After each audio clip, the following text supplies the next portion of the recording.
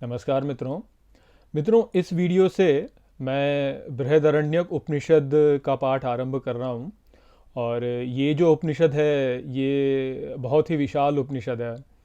इसीलिए इसको जो है बृहदारण्यक बोला गया है। बृहत अर्थात बहुत विशाल। तो बहुत ही विशाल उपनिषद ये है। और यदि इसके एक मंत्र का वीडियो मैं एक सप्ताह में लेकर के आऊँ तो इस पूरे उपनिषद को समाप्त करने में हमको 8 वर्ष से अधिक लग जाएंगे। तो मुझे नहीं पता कि किस प्रकार से इसका पाठ किया जाएगा, कैसे हम इसको पढ़ेंगे। हो सकता है कि मैं 8 वर्ष भी लग जाएं इसके पूरे पाठ को करने में, क्योंकि इसके जो मंत्र हैं वो कोई ऐसे छोटे मोटे मंत्र नहीं है कि आप ऐसे ही बस पढ़ लें उसको। इसके मंत्र भी बहुत बड़े बड़े हैं। तो एक वीडियो में पूरे मंत्र को कर लेना, अब मुझे ये भी पता नहीं है कि ये भी हो सकेगा कि नहीं हो सकेगा। तो देखते हैं कि कैसे इसका पाठ होता है। इसमें जो जो विषय इसमें है वो बहुत ही रोचक है और मुझे लगता है कि मुझे इसका पाठ करना चाहिए, मुझे इससे बहुत लाभ होगा। तो इसलिए मैं इसको आरंभ कर रहा हूँ। अब ये देखते हैं कि मैं इन सभी मंत्रों को आपके सामने प्रस्तुत कर पाता हूँ कि नहीं कर पाता हूँ। वो एक चीज़ है जो कि हमको भविष्य में पता चलेगी कि क्या वो हो पाएगा या नहीं हो पाएगा। परंतु फिर भी जो है इसका पाठ आरंभ करते हैं और देखते हैं कि हम कितना कर पाते हैं। तो उसी को लेकर के जो है मैं इस वीडियो को प्रस्तुत कर रहा हूँ। जितना भी हम कर पाते हैं उसमें ही जो है हमें बहुत कुछ सीखने को मिल जाएगा वैसे। और यदि ईश्वर ने चाहा तो हम इस संपूर्ण उपनिषद का पाठ जो है वह कर पाएंगे। परंतु जैसे कि मैंने कहा कि इसका एक मंत्र यदि हम एक सप्ताह में एक मंत्र का पाठ यदि करते हैं तो 8 वर्ष हमको लग जाएंगे संपूर्ण उपनिषद का पाठ करने में। तो ये एक बहुत ही विशाल उपनिषद और मुझे नहीं पता कि किस प्रकार से होगा।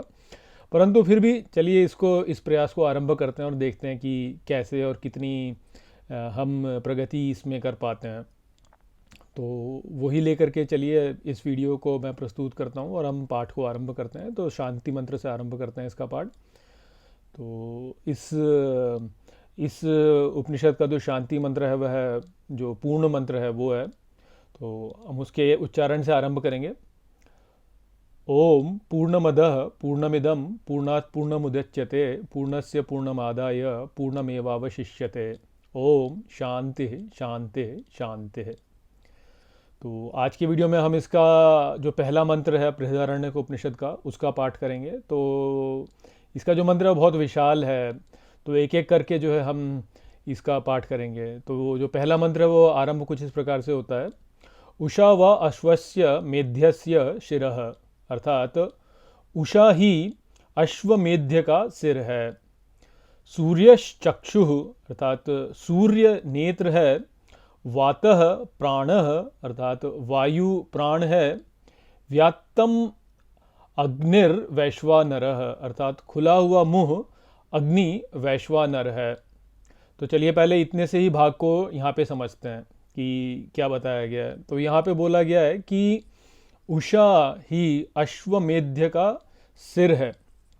तो यहाँ पे अश्वमेध्य के विषय में बोला जा रहा है। तो ये जो उपनिषद है इसका जो आरंभ होता है वह अश्वमेध के की जो महत्व है उससे आरंभ होता है।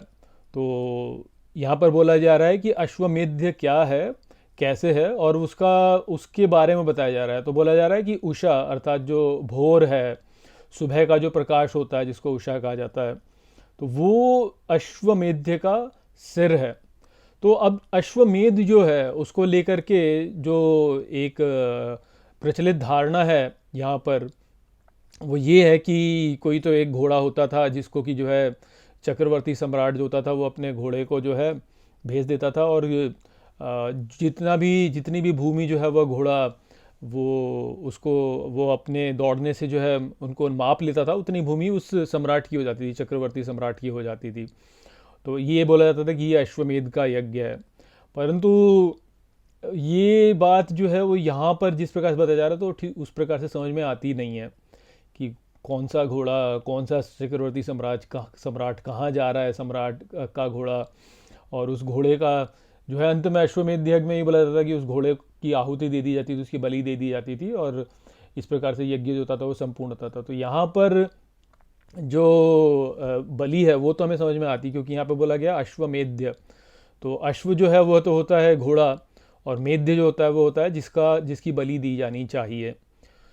तो अश्वमेध्य उस प्रकार से तो ये ऐसे समझ लिया जाता है कि अश्वमेध्य जो है वह कोई घोड़ा होता था, परंतु अश्व जो शब्द है उसको आप केवल घोड़े तक सीमित मत कीजिए।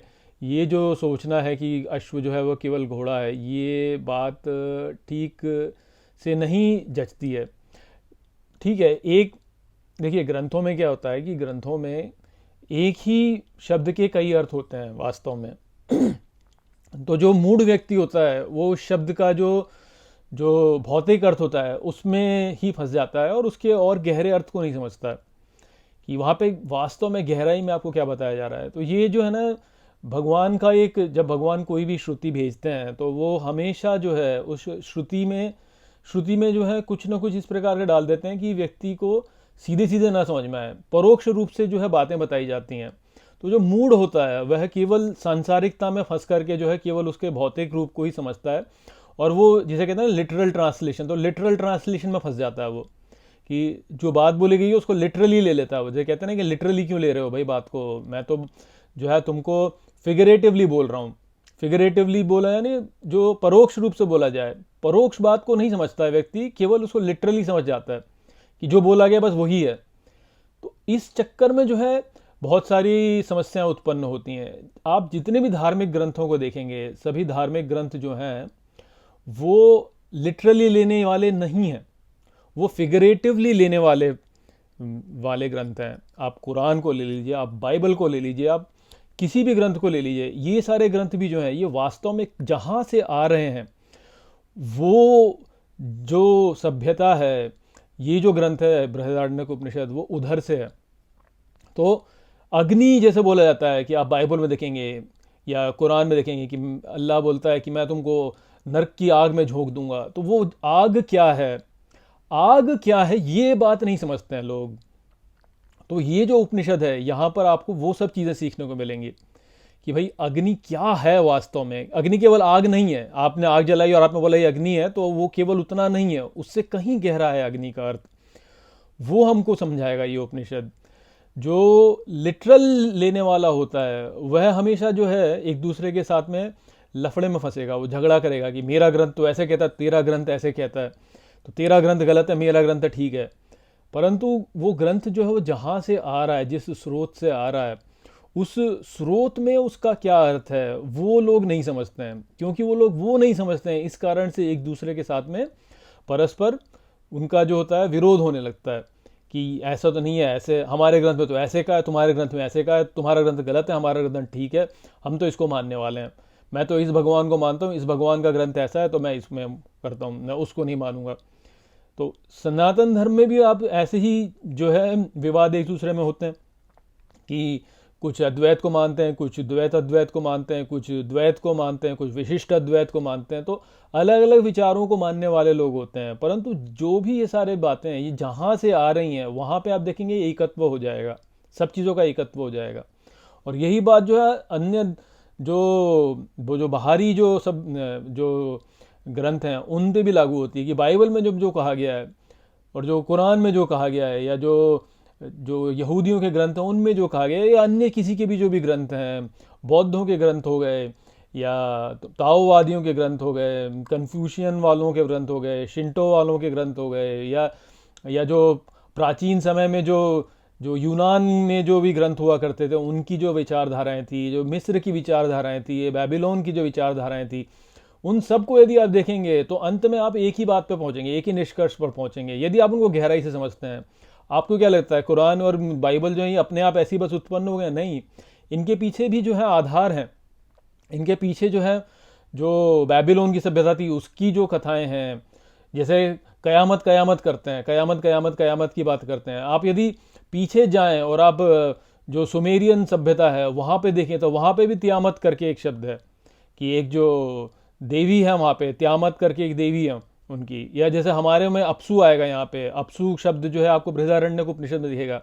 ठीक यही अपसू जो है ये आपको सुमेरी सभ्यता के जो ग्रंथ हैं उनमें भी आपको मिल जाएगा ये देखने को। या जैसे जो जो ईसाई लोग हैं वो कई बार बैप्टिज्म करते हैं कि आप बैप्टिज्म करो, क्या बैप्टिज्म क्या कि पानी में डूब करके बाहर आओ। तो ये ठीक यही विचारधारा जो है ये जो बैबिलोनियन सभ्यता थी वहाँ पर उनके जो उनका कोई एक उनका भगवान था जो कि जो है यही इसी प्रक्रिया से था। उनका जो पानी का भगवान था वो यही करता था कि वो पानी में डुबो करके शुद्ध करता था। इस प्रकार की भी एक बात है। तो आप ये जब इन सब चीज़ों को ठीक से समझेंगे ना, तो आप देख पाएंगे कि सब में एकत्व है। यहाँ पे एक ही विचार को जो है कैसे बताया जा रहा है। तो अश्वमेध जो है यहाँ पे वो उसी से आता है वास्तव में, वो वही चीज़ है। और वो क्या है कि ये जो संपूर्ण जगत है ये वास्तव में यज्ञ है। जैसे श्री कृष्ण ने कहा कि ये संपूर्ण जगत जो है ये यज्ञ है। प्रजापति ने जब इस सृष्टि की रचना की तो उसको यज्ञ के लिए की। यज्ञ क्या है? यज्ञ ही मेद्य है वास्तव में। अर्थात हम यहाँ पर मजे लेने नहीं आए हैं, हम यहाँ पर बलिदान देने आए हैं। ये एक बलिदान वाला स्थान है। यहाँ पर बलिदान हो रहा है सबका, सबकी बलि चढ़ती है यहाँ पर। कोई भी यहाँ पे जीवित नहीं रहता मृत्यु लोक में। हर व्यक्ति जब यहाँ पे जन्म लेता है तो उसका विनाश होता है। जो भी व्यक्ति यहाँ पे इकाई खड़ी होती है वो विनाश को जाती है। तो विनाश को जाती है अर्थात उसकी बलि चढ़ती है। तो वो जो बलि चढ़ती है वो अश्वमेध्य है यहाँ पे, कि अश्वमेध्य जिसकी बलि चढ़नी है। और सबसे बड़ी किसकी चढ़ती है? आप बाइबल में देखिए, सबसे बड़ी बलि किसकी चढ़ी है? जीसस की चढ़ी है। जीसस ने अपनी बलि दी है। तो वो जो जीसस ने अपनी बलि दी है वो भगवान की ही बलि है। अर्थात भगवान बलि देते हैं। भगवान ने बलिदान किया है और बलिदान करके जो है इस संपूर्ण सृष्टि को उत्पन्न किया है। यहाँ पर उन्होंने ही जो है इस सृष्टि को उत्पन्न किया है अपनी बलि दे करके। उनका ही तो शरीर है ये संपूर्ण विश्व। और इस संपूर्ण विश्व में सब चीज़ों की बलि होती है, हर चीज़ की बलि होती है, यहाँ पे चढ़ती है। यहाँ पे आप भोजन करते हैं, भोजन कहाँ से आता है? जैसे बाइबल में जीसस ने क्या बोला है? जीसस ने बोला है कि ये जो ब्रेड है इसको मेरा शरीर मानो, और ये जो वाइन है इसको मेरा लहू मानो। तो अर्थात भगवान ही जो है अन्न बनकर यहाँ पे उत्पन्न प्रकट हुए हैं, जिनको कि हम भोग लेते हैं। तो अन्न की बलि हम करते हैं, तो वो भी भगवान ही है वास्तव में। जो भी भोजन हम यहाँ पे करते हैं वह अन्य किसी की बलि चढ़ा करके हम करते हैं। और वास्तव में वो स्वरूप क्या है? भगवान का ही स्वरूप है वो। तो भगवान ही है वास्तव में जो कि बलि दे रहे हैं। सबसे बड़ी बलि देने वाले संपूर्ण विश्व में कौन है? भगवान है। भगवान अपनी बलि दे करके हमको जीवित करते हैं, अपनी बलि दे करके हमको भोजन प्रदान करते हैं, अपनी बलि दे करके वो हमको आगे चलाते हैं। बलि देते हैं परंतु मृत्यु को प्राप्त नहीं करते हैं। क्यों? क्योंकि अव्यय तत्व है, परंतु बलि ही देते हैं वो। तो यहाँ पर जो है सबसे बड़ी बलि देने वाले भगवान है। तो वो अश्वमेध है। यहाँ पर हमारा जो स्वरूप है वह भी वास्तव में ईश्वर का स्वरूप है। जैसे लोग हमको कहते हैं कि चेतन जो है, चेतन और जड़ का रूप दो भाग करते हैं। उसमें से चेतन जो है वह वो है जो कि अनुभव करता है, और जड़ वो है जो कि हमारा शरीर है। परंतु चेतन और जड़ दोनों ही वास्तव में भगवान हैं। जैसे कि हमने प्रश्नोपनिषद में देखा है कि प्रजापति ने रई और प्राण दो को उत्पन्न किया। रई और प्राण, रई जो कि जड़ है, और प्राण जो कि जीवित या चेतन है। और दोनों ही वास्तव में एक ही है वास्तव में। और उन्होंने फिर ये बोला कि रई ही प्राण है, बोला है उसमें। अर्थात यहाँ पर जड़ भी भगवान ही है और चेतन भी भगवान ही है वास्तव में। चेतन जो है वो जड़ का भोग करता है। जड़ जो होता है वो नष्ट हो जाता है, परंतु किसी नए रूप में प्रकट हो जाता है पुनः। और जो चेतन है वो चेतन ही रहता है सदा। तो भगवान का जो चेतन रूप है वो चेतन है, वो रहता ही है, अव्यय रूप है। परंतु भगवान का एक जड़ रूप भी है जो कि परिवर्तनशील है, परिवर्तित होता जाता है। वह ही है जिसकी बलि दी जाती है। तो अश्वमेध्य यहाँ पर जब बोला गया है तो वो उस रूप में बोला गया है यहाँ पर। और ये बोला गया है कि अश्वमेध्य अर्थात ये संपूर्ण सृष्टि जो है, ये संपूर्ण सृष्टि वास्तव में अश्वमेध्य यज्ञ है। संपूर्ण सृष्टि ही अश्वमेध्य यज्ञ है। जिसके की नेत्र जो है वो सूर्य है, जिसके की प्राण जो है वो वायु है, जिसके की भोगने का जो है वह अग्नि है, वैश्वानर। मुंह खुला हुआ मुंह बोला ना यहाँ पे, खुला हुआ मुंह वैश्वानर है। अर्थात जो भोगता है, जो भोगने वाला है, यहाँ पे सब कुछ वो भोगने वाला वह वैश्वानर है और वह अग्नि है। तो जैसे हम हैं यहाँ पे, हम भोजन भोगते हैं, तो उसको जो है जागृत अवस्था में भोजन भोगना है जो, वो हम उसको जैसे जो मांडुक्य उपनिषद है उसमें वैश्वानर को जागृत अवस्था बोला है। अर्थात ये जो मृत्यु लोक है इसको, जागृत अवस्था को वैश्वानर बोला है। तो ये सब कुछ यहाँ पे सब कुछ भोगा ही तो जाता है। तो इसलिए जो है खुला हुआ मुंह अग्नि है। और अग्नि का और भी गहरे अर्थ है जो कि हम आगे समझेंगे, क्योंकि आगे के जो मंत्र उनमें बताया जाएगा। तो वो यहाँ पे बताया गया है। अब बहुत ज़्यादा समय हो गया है यहाँ पर, और ये मैं आगे यहाँ पे और भी समझाऊँ तो उसमें कितना समय लगेगा वो मुझे पता नहीं है। और इसलिए मुझे लगता है कि मैं अभी इस वीडियो के लिए यहीं पर जो है इसको समाप्त कर देता हूँ, और अगले वीडियो में जो है मैं इस मंत्र के आगे के जो भाग हैं वो आपको आपको समझाऊंगा। तो चलिए यहीं पे इस वीडियो को समाप्त करते हैं, और आगे के वीडियो में हम इस मंत्र को आगे समझेंगे। नमस्ते।